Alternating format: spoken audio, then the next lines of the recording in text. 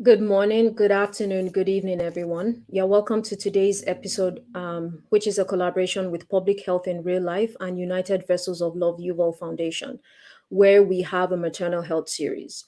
On today's episode, we'll be highlighting addressing the maternal health disparities in the US, and we have a fabulous array of speakers to talk on this very important topic with us.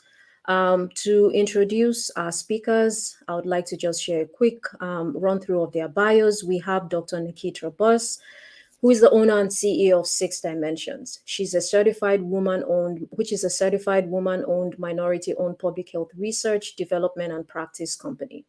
She's been a servant in the public health field for over 15 years, and she's also the executive director of the short documentary Laboring with Hope. The film highlights the issues of maternal morbidity and mortality among Black women. Laboring with Hope is also being used as a call to action to implement, support, and uplift strategies that aim to improve maternal health and birth outcomes. You're welcome to today's episode, Dr. Burst. Thank you. Glad to be here. Next, we have Dr. Kobe V. Ajayi, who is a health system and health policy scientist and consultant with over 15 years of professional experience in academia, private sector, and the nonprofit sector.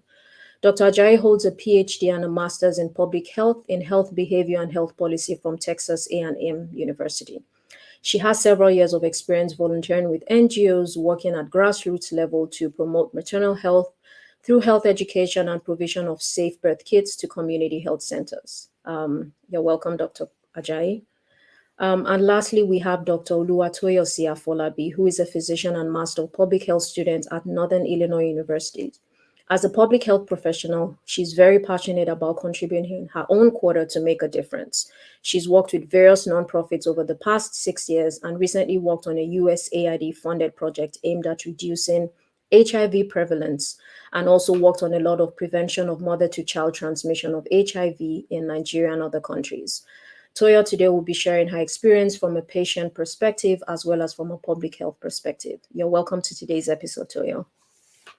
So much. I'm glad to be here. So just kicking us off, some of the stats that we've discussed about maternal health disparities in the US and specifically Black maternal health. CDC reports show that a Black woman is 3 to 4 times more likely to die from pregnancy and its complications than on average than a white woman in the US. And this is death, which is the mortality. We haven't even talked about the morbidities and how some of those are mentioned. And it's known that over the last 2 decades, the overall mortality has been increasing in the US and of course disproportionately more in the Black community. Dr. Burst, I know a lot of your life's work is really centered on this. Why could you tell us what's happening basically and shed some light on the stories and why this is important? Yeah. Good morning, everyone. And again, thank you all for having us for this timely discussion. Um, I don't think what we are seeing is new. I think it is, but we are thankfully shedding a bigger light on it, and so then more resources are being directed to the issue of maternal health, maternal morbidity, and mortality. So what's happening is very complex, and it's really almost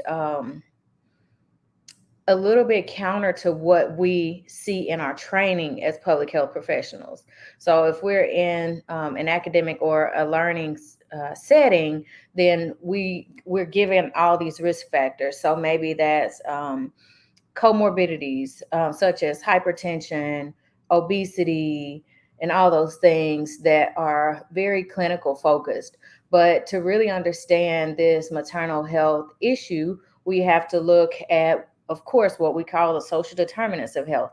And so then that's our environment, where we live, work, and play, transportation, the access to health care, all those things play a role. But then if we want to peel that onion back a little bit more, we still have to look at this systemic racism and the institution of racism and how it has created systems in this country that do not benefit Black women.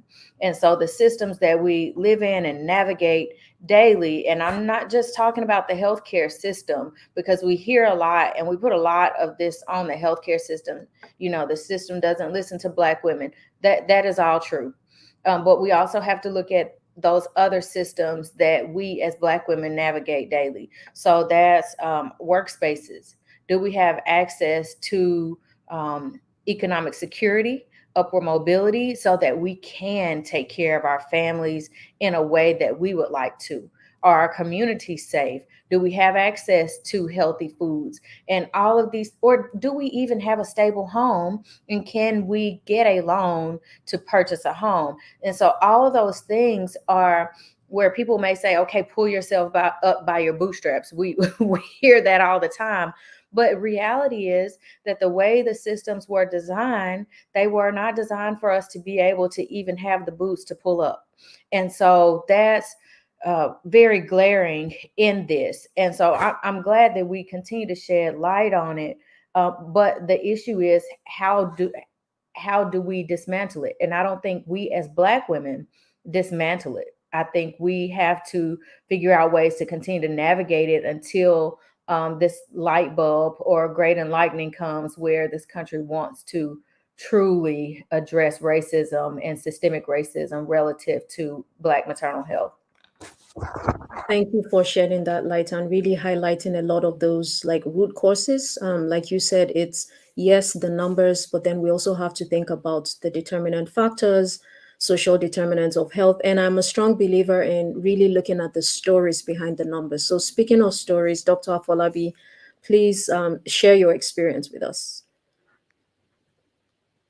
Thank you very much. And thank you, Dr. Burrs. I really liked when you mentioned that this is not something new, but it's like getting worse. It's like there's fire on the mountain, and it's really very, very sad that this is still happening in 2023 in a developed country. From my experience, so I came to the United States last year, and that was in 2021, 2 years ago. And by then I was pregnant. So after giving birth to my baby in the hospital, and so I came along without my spouse, and so I only had like my friends to support me. I gave birth March 22nd, 2022. And after giving birth, I was discharged the second day following the delivery. On getting home, I started having fever, but I just kind of like just felt that, oh, probably it's nothing. And but then my friend who was with me insisted on checking my temperature. Upon doing that, I was 105 Fahrenheit, and she insisted on us going to the hospital. On getting to the hospital, everything became worse. I was almost unconscious. My blood pressure was about 200 120 thereabouts, and at the same time I was almost like losing sense of where I was. So I had to be admitted after undergoing several investigation, and it was found that I had like an infection in my womb. So I had to be admitted immediately, and I was started on antibiotics. But at that point in time, I also had like various complaints, and I noticed while on admission, I didn't have access to like a doctor. So kept on, the nurses kept on, I kept on communicating my complaint to the nurses, and then they keep telling me, oh, we'll communicate that to the doctor once the doctor is back. That was within 24 hours. 48 hours later on, I was yet to be seen by a doctor. And at that point in time, I was getting worse as well. And I was getting very worried.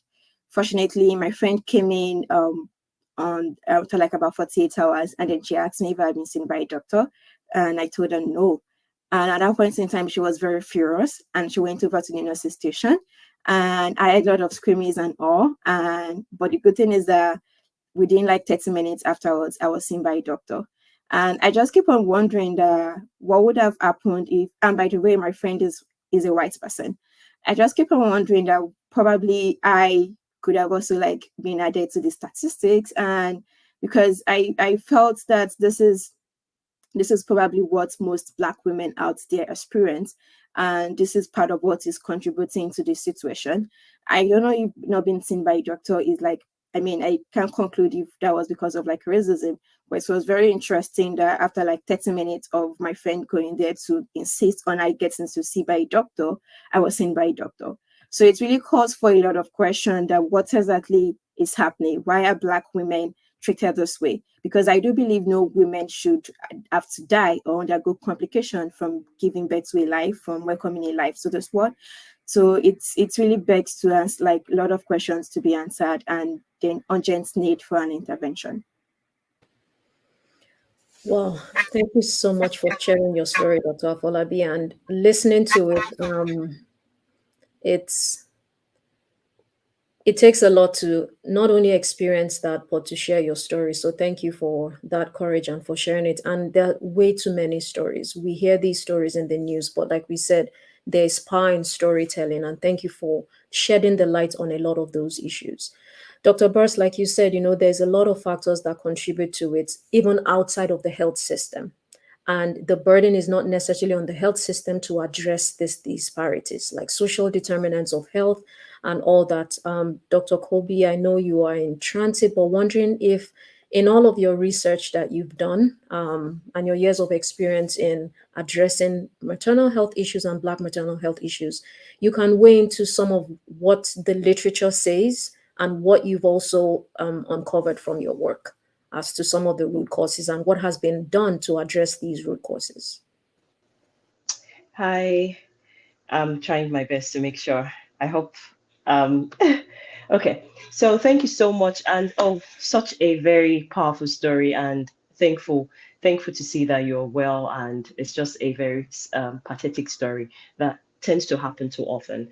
Like you mentioned, in my experience, I've had the opportunity to work across with mothers, particularly Black mothers in the NICU, who have, that is a neonatal intensive care unit, who have had babies, with either preterm or full-term infants.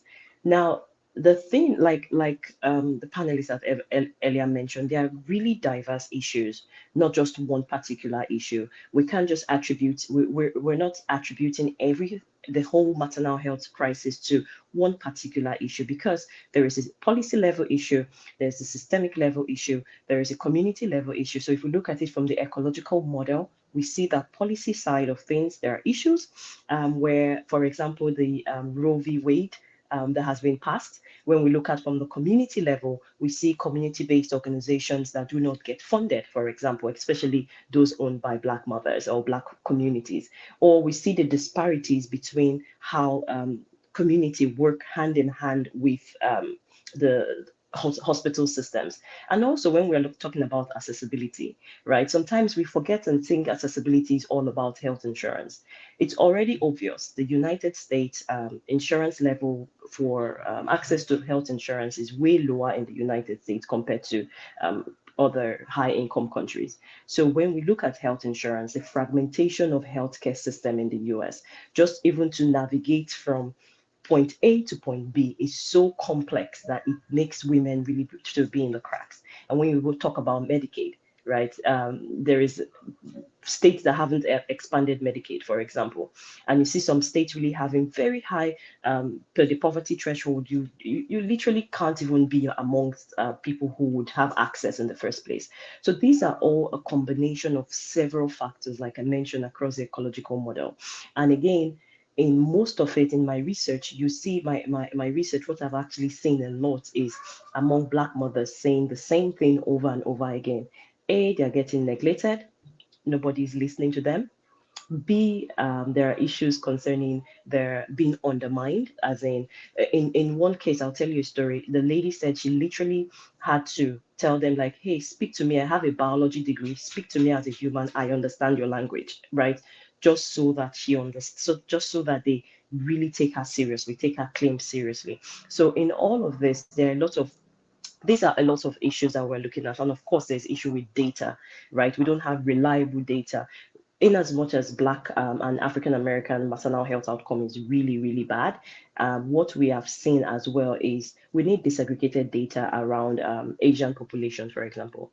We need more data around robust data for American Indians and natives. These are people who the data already shows that they also have negative and adverse maternal health outcomes. But again, data to really allocate resources properly and to really know which to allocate resources and to really understand the trends and patterns across their health outcomes. As there are a lot of you talked about the interventions or things going out there. There are quite a number of things going out. Recently, I think yesterday, the NIH just announced like three major.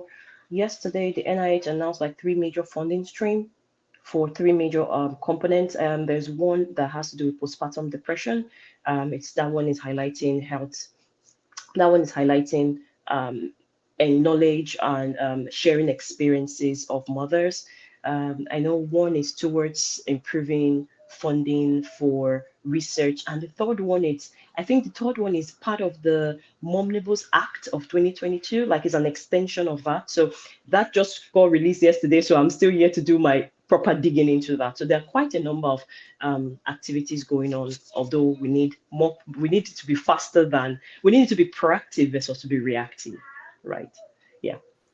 Thank you so much, Thank Dr. you. Ajayi. This is really informative. And, you mentioned something which is really important where you talked about its multifaceted problem. And also, it's important to note that, yes, the maternal health disparities disproportionately affect the Black community more, but it affects everybody because the US has one of the worst health indices of the developed nations, less return on investment on the health investments per capita. So there's incentive to address this equity issue. You also talked about, at the different levels, even like community-based organizations. So Dr. Nikitra, over to you. I know as the CEO and founder of Six Dimensions, you've done some work. So could you highlight some of the challenges and even successes, because we want to talk about bright spots and how those could contribute to, addressing this issue? Yeah, thank you both for just, I was over here like going to town, writing down things because those are many of the things that we see, of course, in Mississippi. And so one of the biggest things that we are seeing that was already mentioned was around Medicaid expansion. And Mississippi is one of those states that has not expanded Medicaid. And so to layer on top of the work that we're already doing, trying to meet needs in the community and understand where the problem is from a community level or community perspective, is trying to advocate for access to healthcare, and not just access to healthcare, but access to quality care. And so one of those things, of course, is advocating for Medicaid expansion. But on the other end, we have spent the last 2 years just advocating for the extension to the postpartum extension to 12 months postpartum for women. And so that was just signed in our 2023 legislative session. And so those things are important and they really layer our work. So much of what we have done, and I think I want to talk a little bit about the work that I'm doing in partnership with another community-based organization, Magnolia Medical Foundation. So for the past several years, we have worked on trying to understand what women and Black women in particular feel like they need. Like, we know around the big picture issues around racism, but when you don't have access to healthcare, when you don't have transportation, you're not thinking about a policy. You're thinking about the day-to-day things that have to happen to get the care that you need. And so we have tried to figure out, okay, so what are those things that we can do to, one, help women navigate this complex system that has already been discussed, and where can we fill in the gaps to provide those wraparound services in one place. And so what we're doing right now is we've done like 3 years of kind of formative research, a little bit of pilot here and there. And so now we're piloting on a larger scale. There's a diaper bank food pantry that also gives baby food. So that's a woman's, and this is a clinic type setup. That's a woman's kind of first entry there because it's situated in the community. And so women come directly in for diapers. That one thing alleviates the financial burden. We know how much diapers cost. And so then when they get there and they get those resources that they need, then the next thing is they get kind of this intake where they talk with a social worker to really understand what's going on and try to create a treatment plan for them. And so that treatment plan includes, do you need a doula? And if you do need a doula, we have a doula right there, two doulas that can support, and childbirth education. Those things are happening there. So that also helps to kind of provide that protective factor, if possible, in the healthcare system.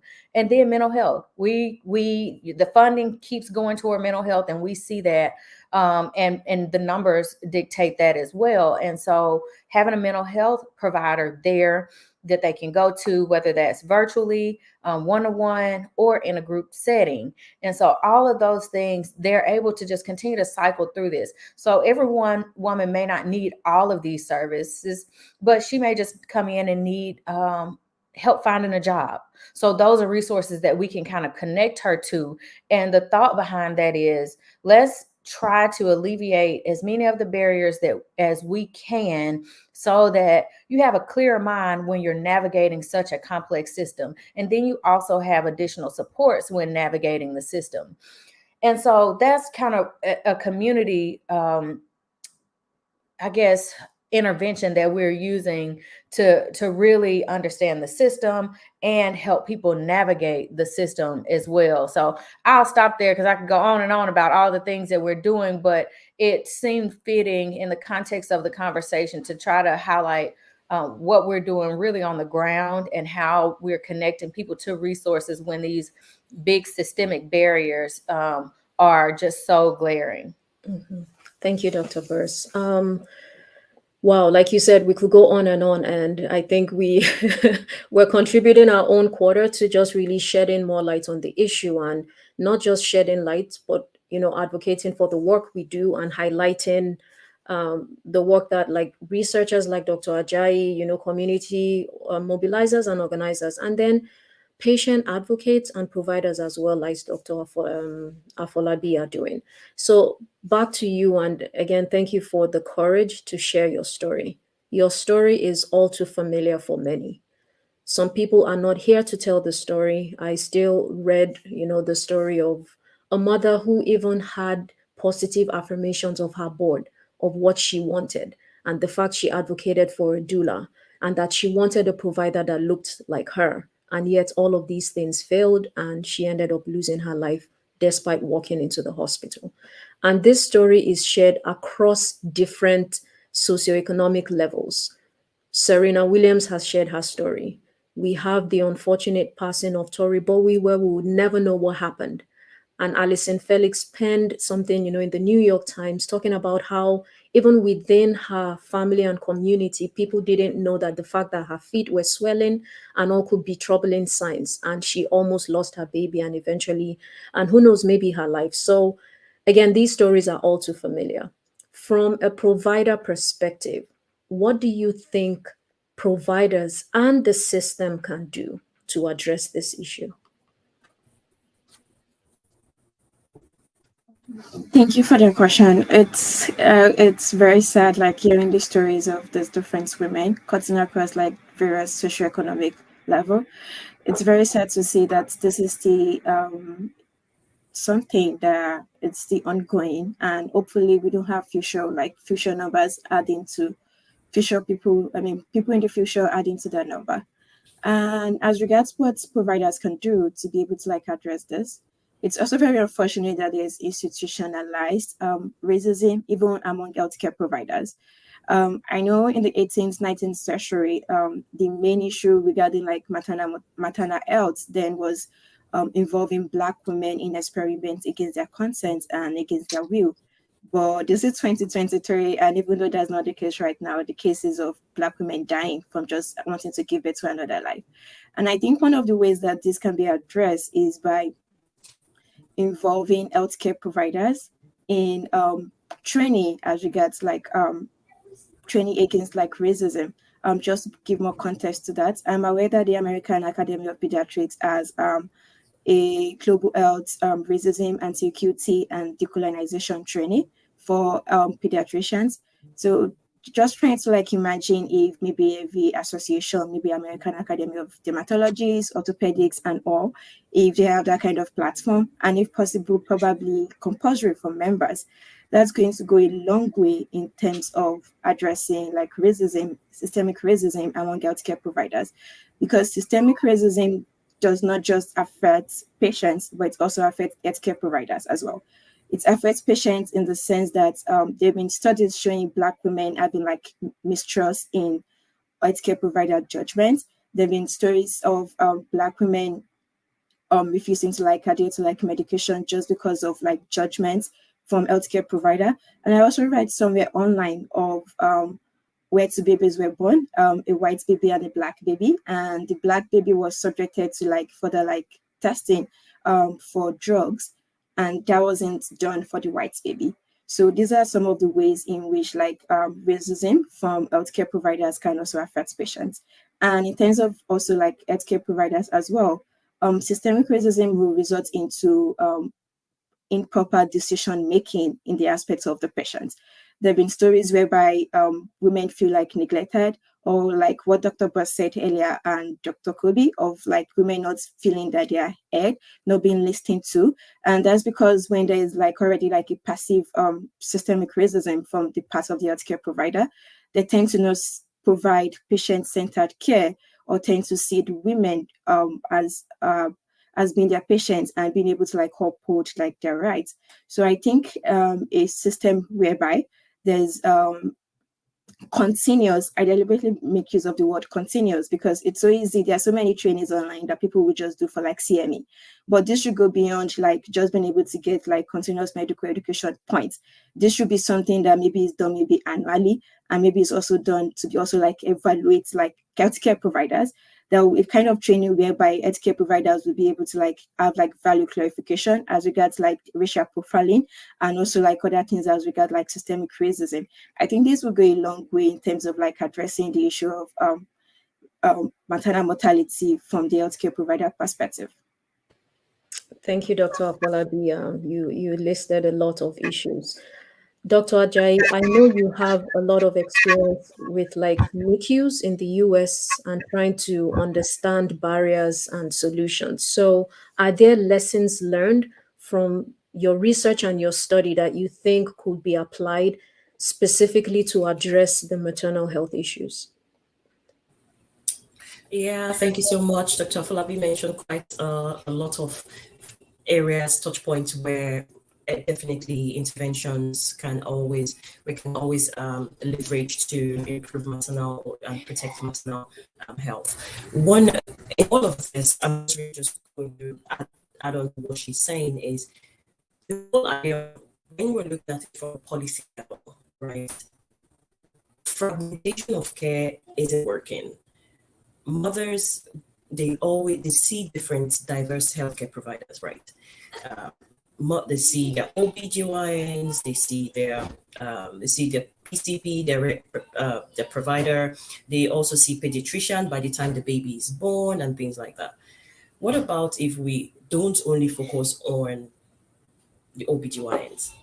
What about we focus together? We bring everybody together to the table to have this discussion, and even behavioral health, like psychiatrists, because of the fragmentation of care and because of how delicate and unique the period of having a birth is, that pregnancy and that whole period is, sometimes even the providers don't even know who to attend to the mother. Like they're like, okay, I just gave birth to, she just had a baby and that's it. Like I'm done with her for now. So in my research and in my work, one thing that is really, really important is having to dignify the mothers, right? These are humans, these are people. Dignifying their care, respecting their birth plans. Sometimes we see some of these things like, oh, it's subjective, and unfortunately, traumatic birth experience can be seen as subjective, which sometimes makes it negligible. So a mother having an unplanned CS could be traumatic for her, whereas maybe she had already had a miscarriage and she didn't see the miscarriage as traumatic. Because we are all different, it's subjective. So having, in as much as one thing that I know that is really important is having measures. What are we measuring, right?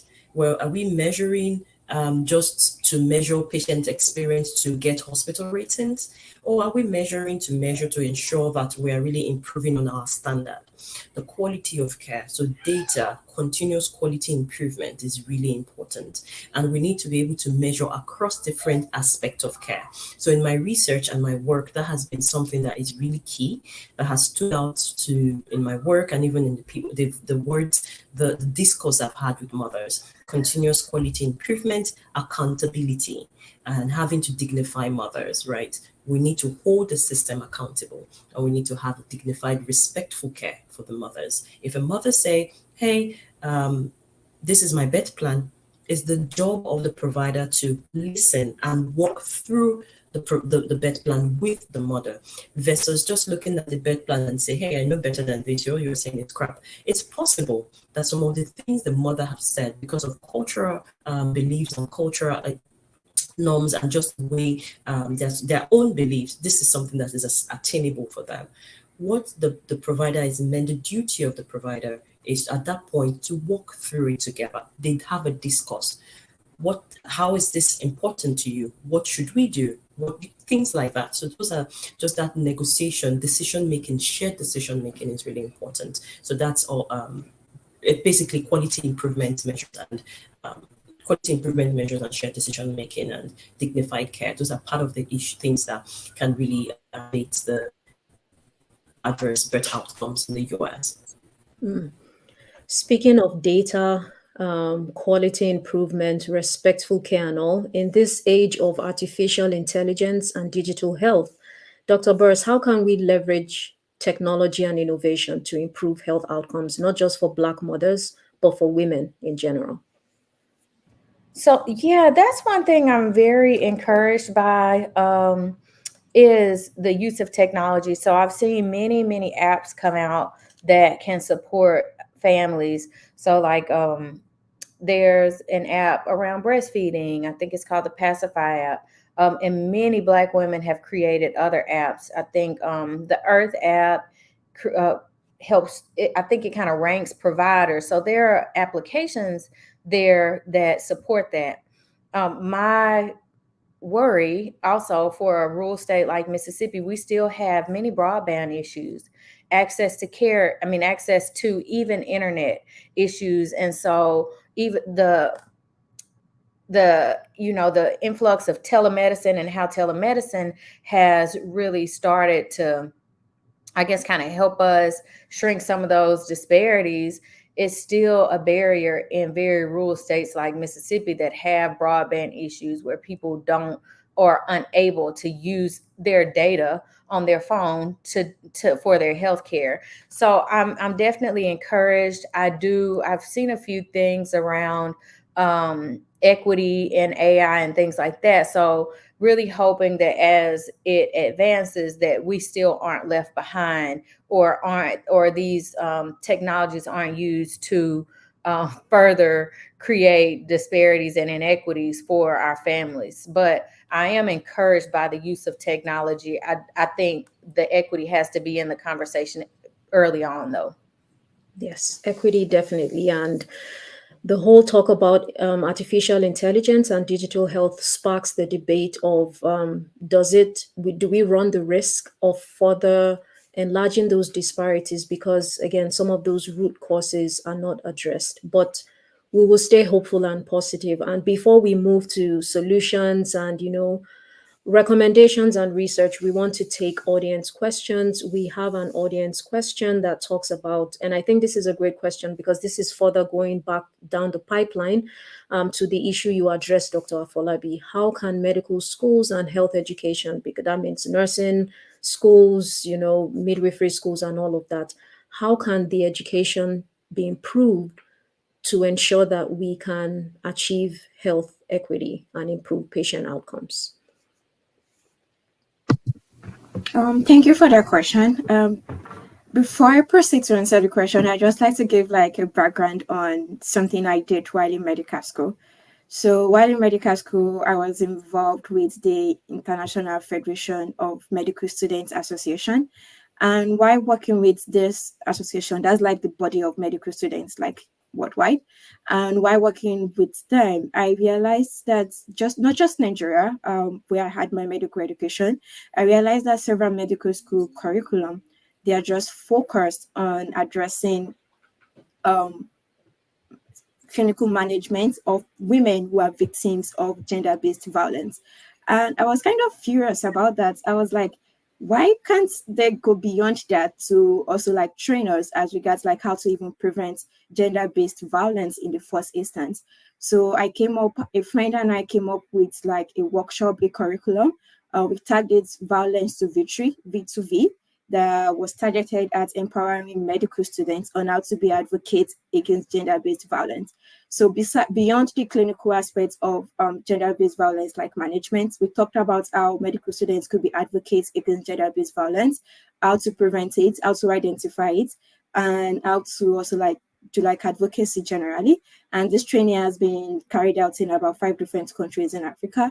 And I feel as regards like Black maternal health mortality as well, I feel there's that trainings should go beyond just making healthcare provider to just like understand the clinical aspect of it.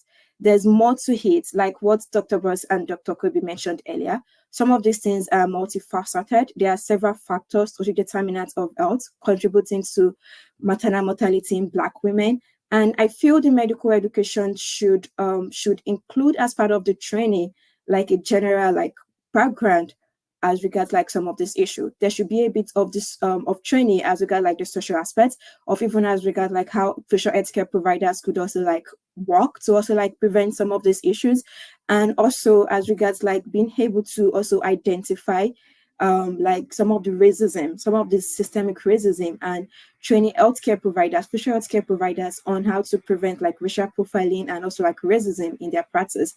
If this could be implemented early enough in all medical schools in the United States, I see a very bright future for Black women as regards maternal health. And I think this will really go a long way to be able to like address the issue of maternal mortality among Black women. I hope that answers your question. Oh yeah, no, that's amazing. We do have some other questions in the chat box that address advocacy because you had touched on advocacy. But Dr. Burst, I don't know if you wanted to weigh in on this. Yes, just very briefly, I agree with everything Dr. Toyo said, and we see that as well. So our angle has been that we don't just focus on the current providers because they have already gone through this system, and then they already have their, our own biases that we bring to everything. And so we have developed a course that addresses many of the things that you stated, Dr. Toyo. It starts from incorporating racism, understanding that history, understanding what has happened in the healthcare system, and how many it's even harder for Black providers just to become Black providers because of the deep embedded racism in the country, and the, getting rid of all of our healthcare institutions, only leaving us just a few, and then making the medical school process much more challenging for Black providers or aspiring Black providers. And so this course that we have, it is complementary to current academic curricula, but we're piloting it now in hopes that it will become an evidence-based course that institutions can embed into their curricula to give some of those things that you will not find in the standard medical education that goes beyond just the clinical factors. Yeah, so true. The next question we'll take from Mr. Jalen Wright or Dr. Jalen Wright. Apologies. He says, my general question for the panel is, what roles can everyday community members and pregnant persons' friends and family members play in advancing Black maternal health equity efforts? I'll start with you, Dr. Burst, and then I'll go to you, Dr. Ajayi. First, hey, good morning, Dr. Wright. That's one.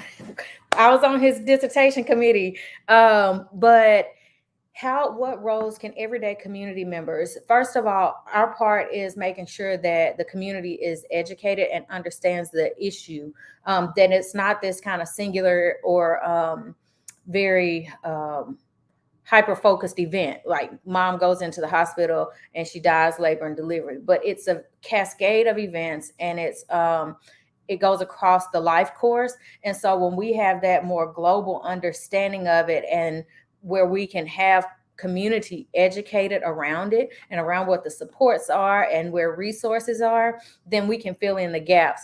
But I also want to say that we can have all of the family advocates in the world. If our system does not do its part, then we are still fighting an uphill battle. And so I don't want our family members and community members to get so frustrated in their efforts when things don't go away, because it's not, they can't do everything, but we can do some things, such as the education, linking to resources, finding those resources, and even being an advocate going into the system. If you have a family member that's expecting, then, and she doesn't have someone to go to the doctor's appointment with her, go with her, take notes, understand the questions, look at the body language. And so those kind of one-to-one supports are very important as well. Yes, very important. Next question, addressed to Dr. Ajayi, especially in your work with like research and policy, talks about how well are Black people, and this is from Folonsho Adeola, how well are Black people involved in the policy making process impacting their lives? I believe there should be nothing about the Black community without the Black people. Thank you so much, Adeola. That's a very important question, right? And this drives the whole idea of the workforce. There's a lot of the percentage of Black African American in the workforce in maternal health, OBGYN, psychiatry. They're really, really low. So when we're looking at how to really integrate Black people, we need to start first from making opportunity for them for that representation. First of all, like the workforce has to be reflective of the community they serve, right? That is one aspect of it. Another aspect of it is the whole idea of just listening to Black people, like listening to Black people, because the voices of Black mothers, the voices of Black women, the Black feminist theory says it, like across the intellect. It's not just the mother who has, or it's not just, for example, we are all highly educated women here, right? People here. It's not just our voices that matters. We only have a perspective of it. The everyday person, like the previous question, the everyday person, the everyday Black person, Black woman, her voice should be listened to across socioeconomic status, across class, across hierarchy. So just really having them listening to Black people when they speak, having a robust and representative Black workforce that actually represent the people and the community they serve is really important. And of course, advocacy, speaking up. Advocacy can mean different things in your own space, in your organization. What are you speaking up in that space? I always use a statement: if we can all make changes in our own little bubbles, we are going to make. By I make my own bubble changes in my own bubble where I am in my locality, you make your own change in your bubble where you are in your locality. By then, by the time we all make different bubbles, we have a big bubbles that we have made changes, that we are really working towards changes. So really, really, and even when we talk about workforce, I'd like to see touch a bit on public health, students in general, right? The young generations of Black people coming up, we need to empower them. We need to make them know what is going on. I'd like to talk a bit of my ongoing study, which actually ties into what Dr. Burns mentioned earlier on and the question that was asked. So the whole idea of awareness is very important. In my study with Black mothers, preterm births, the NICU, something that kept hammering that was just so, I couldn't get it off my head, was the idea that most mothers didn't know what preterm birth was. They hadn't heard about it. Is if they've heard, maybe they've from a distant cousin, family member, and in some cases, some family members have no clue about it. So in that case, it really becomes really, really difficult. So I kept asking, okay, how much do the younger folks, right? I'm not pushing the blame, it's not patient blaming, but at some point we need to be educated, empowered. So when we're making advocacy, we can speak out. We know right? So I'm doing I'm doing an ongoing study right now where I'm trying to just assess Black African American undergraduate students, their knowledge about preconception health, their knowledge about reproductive health, because like Dr. Burst mentioned, it's across the life course. We can't just treat mothers, address maternal health just at the point where they are giving birth. What do we know about their adolescent life? What do we know about everything going? It's a life course approach. That is the only way we can move forward. And currently I'm speaking with young students, 19, 18, 20, and so far it's not been very encouraging. Many of them do not even have never heard about preconception health. They have no clue about what it is. So just that awareness, knowledge, empowering people would go a long way. Thank you. That's powerful in terms of the lack of knowledge and awareness, and even that far back, because by the time you now get to reproductive age, how do you even know to assess for risk factors? If How do you even know what to advocate for if you don't know what is happening in your body? And then of course when you do advocate, then you're not necessarily listened to, which further compounds the problem. Dr. Afolabi, the next question talks about like the health system and team approach. And this is from Faith Adole. It says, what steps can we take to increase the use of the term team medicine approach to maternal care in the US that includes OBGYNs, nurse midwives, doulas, etc.? And is there evidence to support this team approach? Thank you for that question. Like since we'll be talking about the fact that maternal mortality among Black women is multifactorial.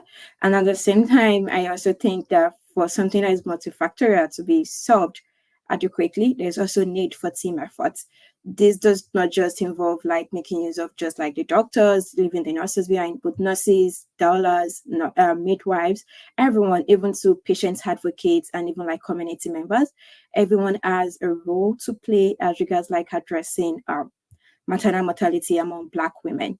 I'm aware that there is a Black maternal health caucus that is made up of about 200 community-based organizations, and also like some congresswomen came up together to like form this Black maternal health caucus. And they are also like the one actively pushing for the Money Bus Act of 2022 to be like passed.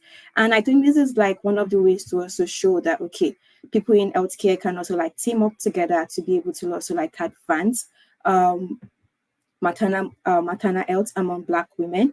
And at the same time as well, there are also some like community-based organization. Like for instance, I know University of Pennsylvania have like a nonprofit called a center called March of Dimes that is made up of people like doctors, nurses, midwives, and also like clinical researchers, just coming together to be able to like address the root cause of mortality among Black women. This is an example that could be carried out in like various centers, and that will involve like a team approach as regards like addressing the issue of maternal mortality among Black women.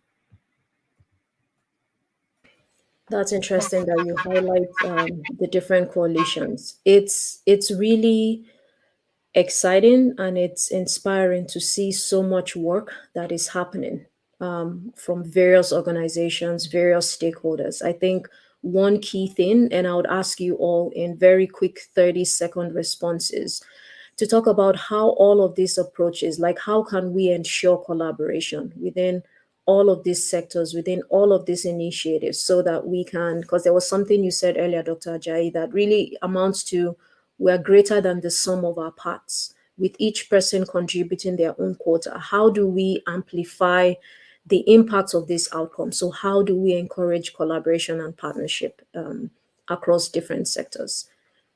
Dr. Burse, quick 30-second response. I'll go back to what Dr. Kobe mentioned earlier about the funding, how funding is distributed. I think community-based organizations are more than capable of doing the work, and they're already doing the work. But by the time the funding gets to them, it comes federal, then it goes to the state level, and then the community-based organizations are doing so much work for so little money. I think there needs to be more equity in how funds are distributed to give community-based organizations more autonomy and trust them to do the work that they're already doing, and then keep the balance of power between the big funders and the small organizations. Thank you, Dr. Burst. Dr. Ajayi? Very good point, Dr. Burst. I would say ownership, right? Ownership. Own it at your level. A mother comes to you at the hospital for care, you own it. Health insurance or health insurers and all, they're trying to navigate it, own it, and try to make sure that whatever you're passing to the next system or to the next triage, whatever you're triaging the care, that you are getting there because you are done, not because it's possible that it's something you didn't do properly or right. So ownership. Own that, see the life of a mother in your care, in your hand, you're holding it, and it's your job before you pass it on. Ownership. Yeah. Own it. Thank you. Do no harm, the Hippocratic Oath. Dr. Afolabi? Thank you for, I really love the inputs of Dr. Kirby and Dr. Buss. I think I will talk about the collaboration from the point of visibility. Everyone is aware of Black Lives Matter. I feel even if you have someone living in the end of the world, like Black Lives Matter campaign, have you ever heard about it? Everyone will be like, yes, very much aware about it. And I think it is same using like a similar approach. I think it would be very, very important to also like create like more visibility as regards like maternal mortality among Black women. I know a lot of people are aware of like several cases of like systemic racism among Black people, but I feel even within like the Black community, most of those like advocacy and all don't really go in depth into like addressing maternal mortality. Everyone is aware of Juneteenth celebration, whereby it's a day to like celebrate like Black people's life. But I think like using like days like that to also like create more visibility, like across social media platform, and even like in person like events, like advocacy events as regards like maternal mortality among Black women will really go a long way to help with collaboration and also like increasing visibility. Yeah, I like that. Really highlighting the gains that we have made on some of these various platforms. And speaking of collaboration, this maternal health series were brought to you in collaboration with Public Health in Real Life and United Vessels of Love Foundation. U-VOL is an international healthcare relief nonprofit organization whose mission is to help meet the unmet healthcare and wellness needs of underserved societies. And I have the privilege of sitting on the board of advisors. And as a co-founder of Public Health in Real Life, our mission is to highlight key public health issues, celebrate unsung heroes, and thankfully all of you on this call are not unsung heroes, but we appreciate the privilege to celebrate you all and then really inspire the next generation of providers. So speaking of inspiring the next generation of providers, a quick round of questioning for you all, because I know we're currently running out of time, even though, like you said previously, we can stay on and on. What inspires your work, and what advice do you have for people who want to address maternal health issues in the US? I'll start with you, Dr. Burst. I will say what inspires my work. Number one is my family, and I didn't get into all of the maternal morbidity and mortality issues we have experienced, but I will allude back to what Dr. Toya said: the visibility that we are getting on the issue. I'm inspired by the number of young people, the number of Black people that are interested in this field and are really committed to maternal morbidity and mortality. That's encouraging to me. Thank you, Dr. Ajayi. So what inspires me, of course, it always starts with the family. In case anybody doesn't know, I don't intend to have any child anymore. So even though I won't be going through that, I have two girls, right? They're going to walk this path eventually if they choose to, right? So what inspires me is being that voice. I'm working for them, for the future they have, as well as for other people that look like me, right? To change the course of, to change the story, to change the narrative. And for future maternal health experts or people who are willing to do the work, who are passionate about the work, is do it. Because the statistics is someone, it's, there's a name, there's a face, there's a family, there's a person behind that. 80% of deaths are preventable. There's a person, those are people. That's a child that would never have a mom. That's a husband or a partner that will never see their partner. That's a grandma. That's a sister, right? That's a family. That's someone loved by the community. So do the work and get the work done. Just put on your bootstraps. Yeah. Dr. Folabi. Thank you. I would say what inspires me is just to be able to make the world a better place for people.